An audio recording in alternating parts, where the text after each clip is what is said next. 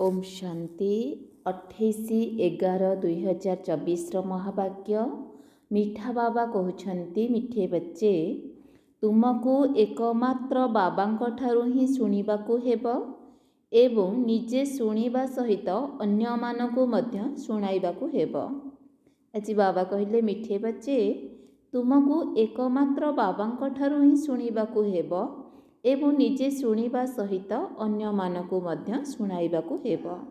प्रश्न बाबा तुम मानकू केउं ज्ञान देउछंती जाहाकू अन्य मानकू शुणाइबाकू पड़िबो।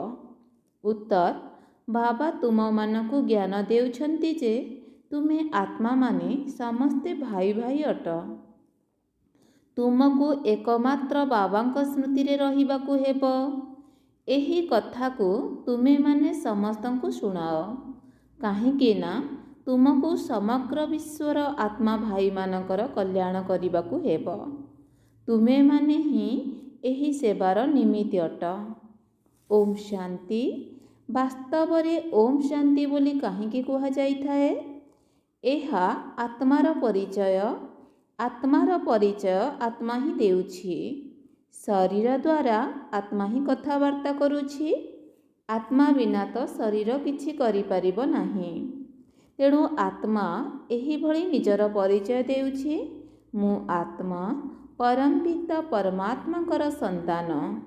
से माने तो कहि देउछंती अहम आत्मा सो परमात्मा। तुमको एही सब कथा बुझा जाइछि। बाबा तो तुमको संतान बोली कहिबे ना।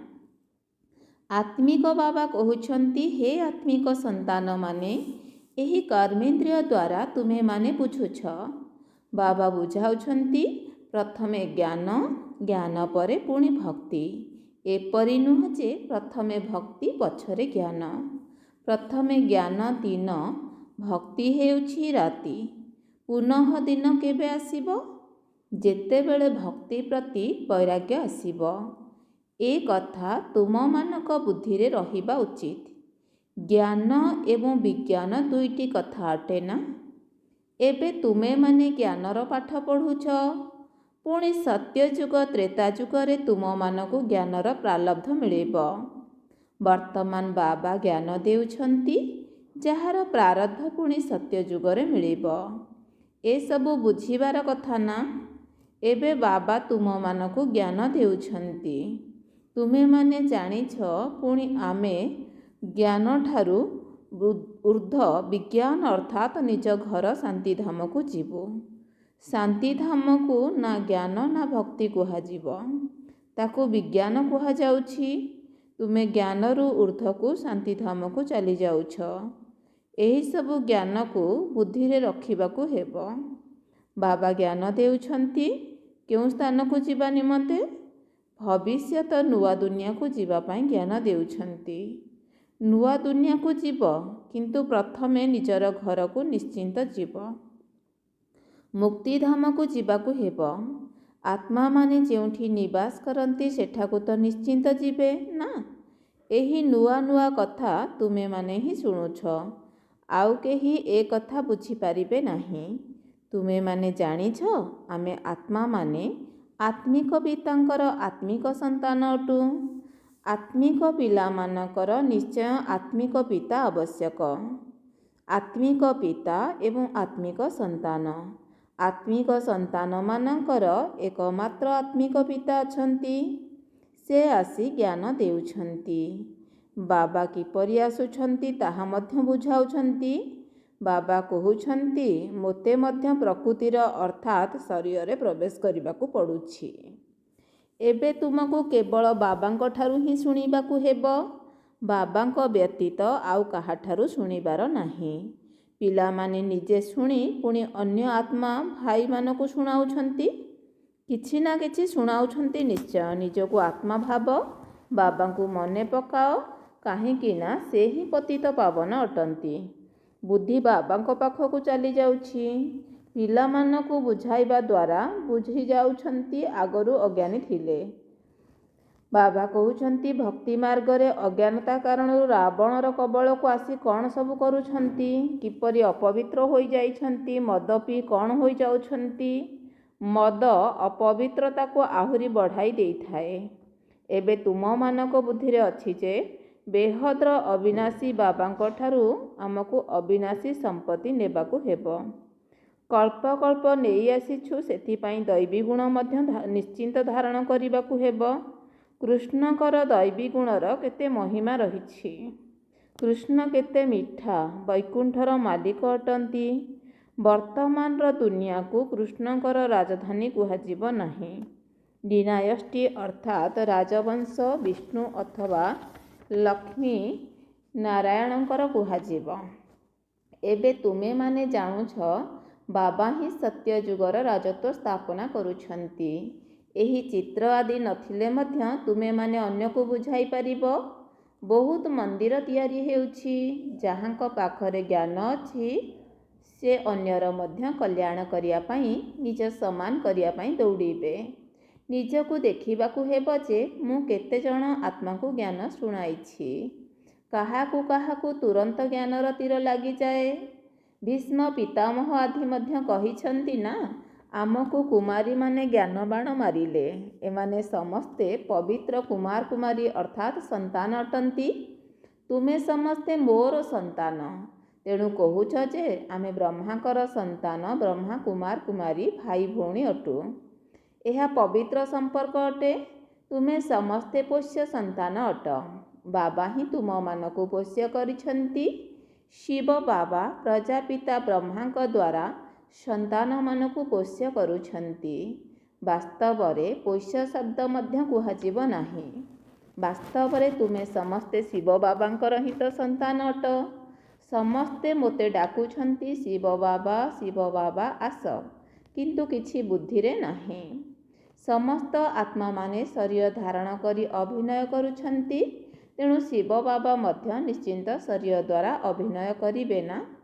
ଶିବ ବାବା ଯଦି ଅଭିନୟ ନ କରିବେ ତେବେ ସେ ମଧ୍ୟ କେଉଁ କାମକୁ ନୁହନ୍ତି। ତାଙ୍କର କିଛି ମୂଲ୍ୟ ହିଁ ରହିବ ନାହିଁ।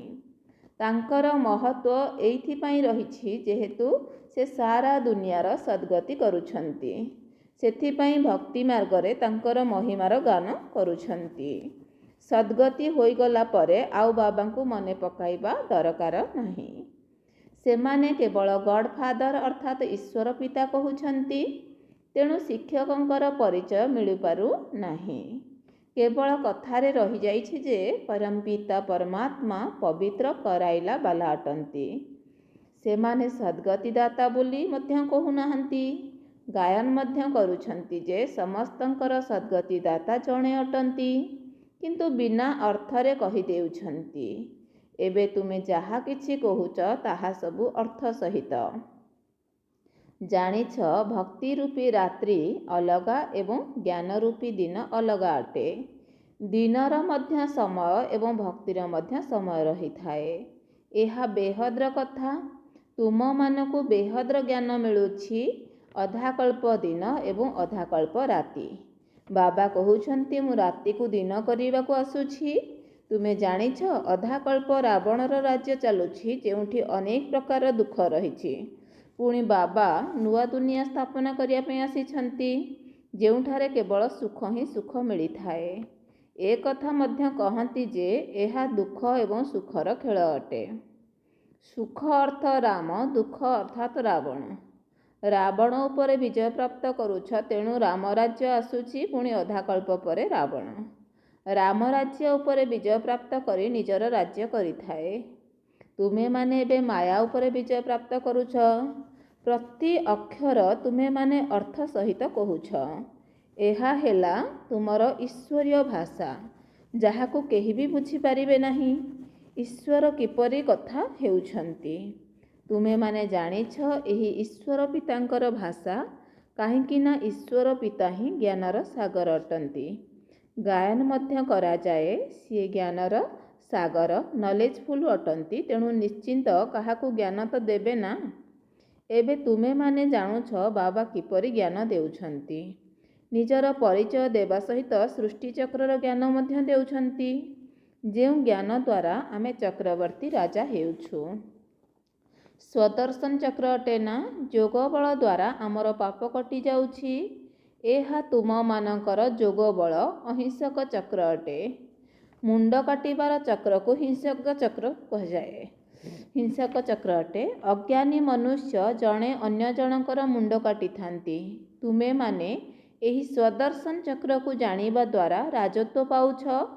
କାମ ମହାଶତ୍ରୁ ଅଟେ, ଯାହାଦ୍ୱାରା ଆଦି ମଧ୍ୟ ଅନ୍ତ ଦୁଃଖ ମିଳୁଛି। ତାହା ହେଲା ଦୁଃଖର ଚକ୍ର।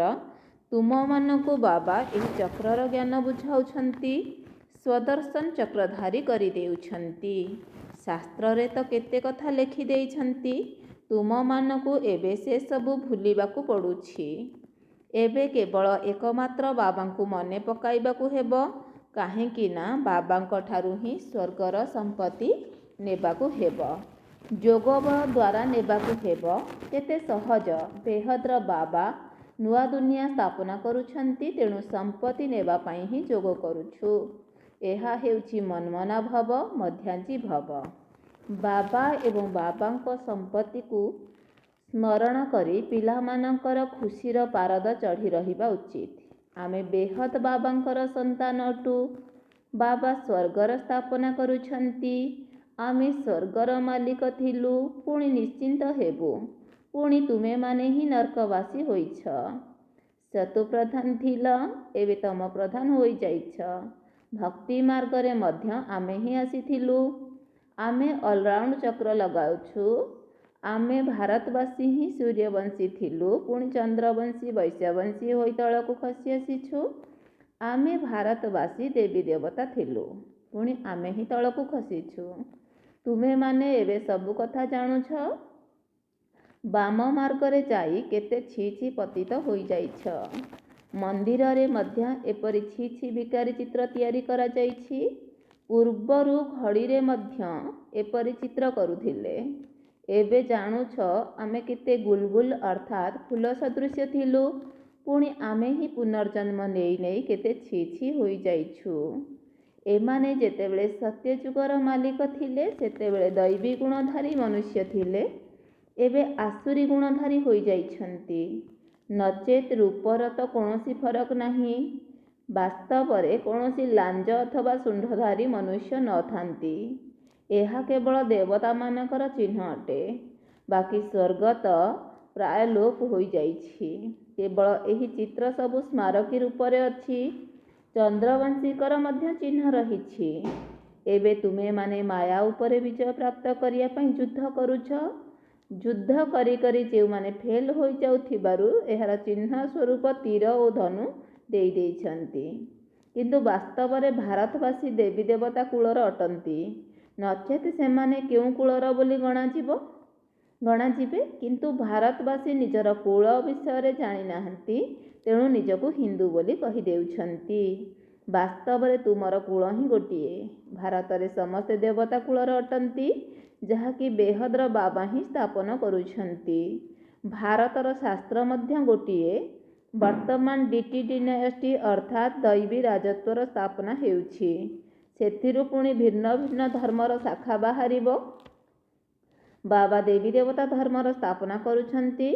ମୁଖ୍ୟ ହେଉଛି 4ଟି ଧର୍ମ, କିନ୍ତୁ ମୂଳଦୁଆ ଦେବୀ ଦେବତା ଧର୍ମ।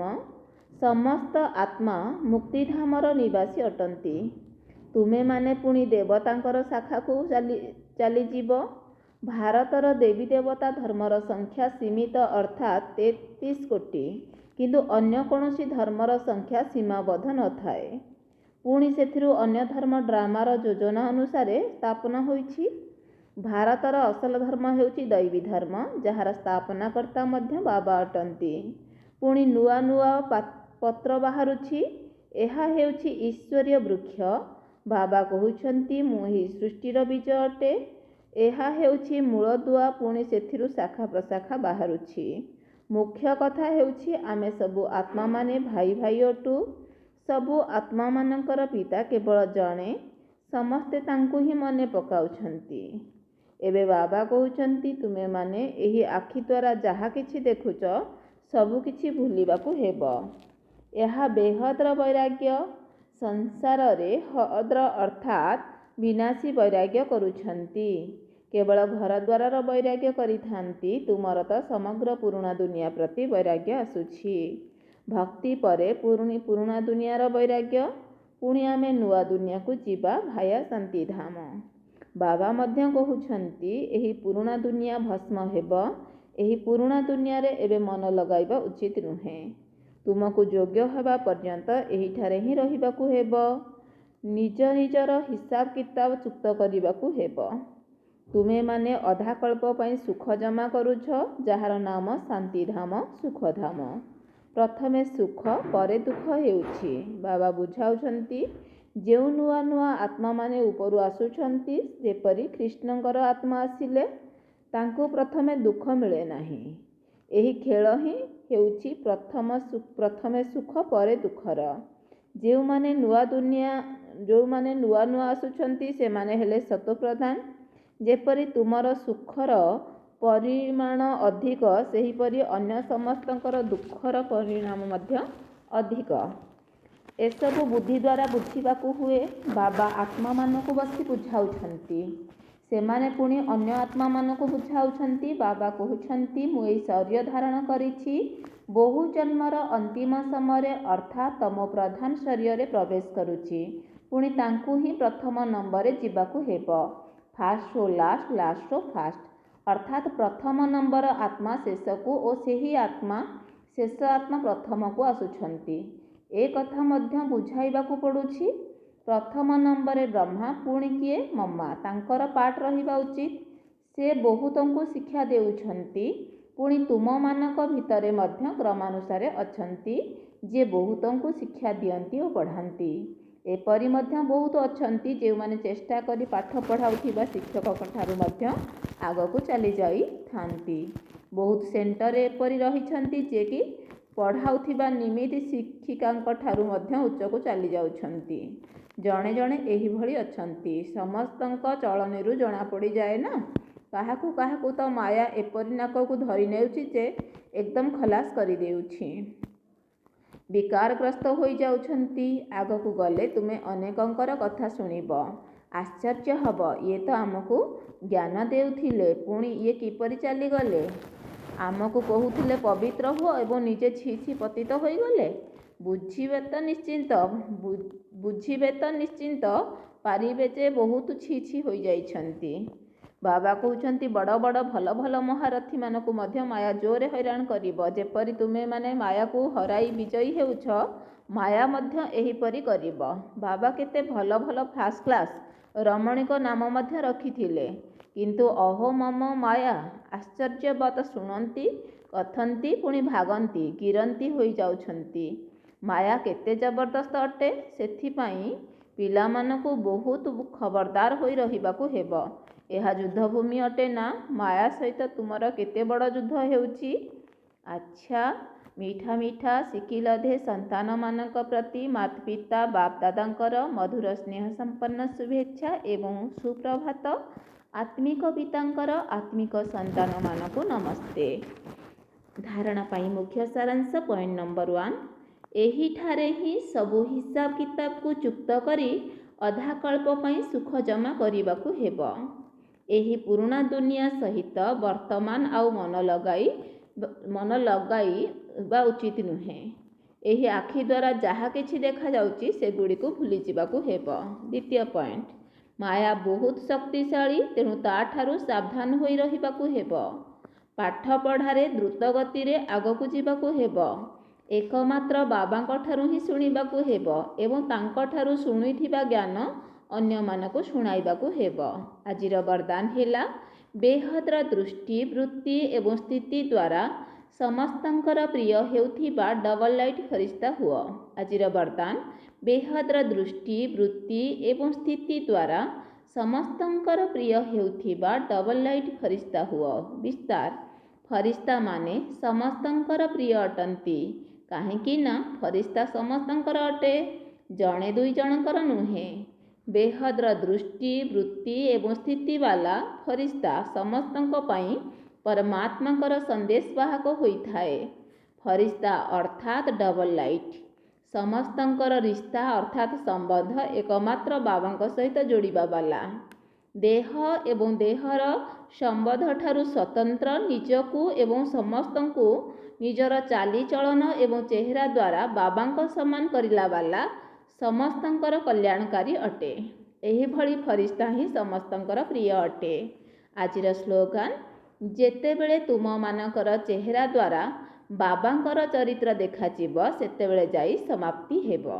आजिर स्लोगान जेतेबेले तुम मानकर चेहरा द्वारा बाबांकर चरित्र देखाजिब सेतेबेले जाई समाप्ति हेबो।